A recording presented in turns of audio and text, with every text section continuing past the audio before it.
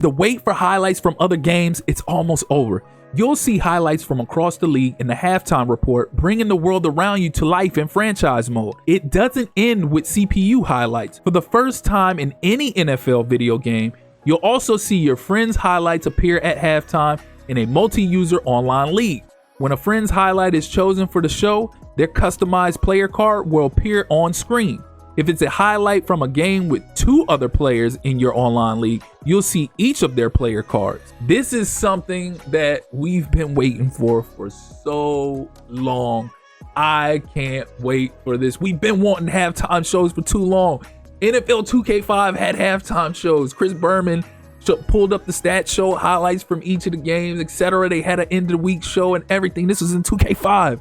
And we've been asking for this year after year after year. And now here we are 20 years later. Well, you could say 21 years later because it's Madden 26. But they finally introduced not only halftime shows, but weekly recap shows as well, which we'll get into here in a second. It says one of the most exciting elements of our halftime report is the host, Scott Hanson. Scott's energy and enthusiasm for football elevates the experience as he brings context to matchups throughout the season.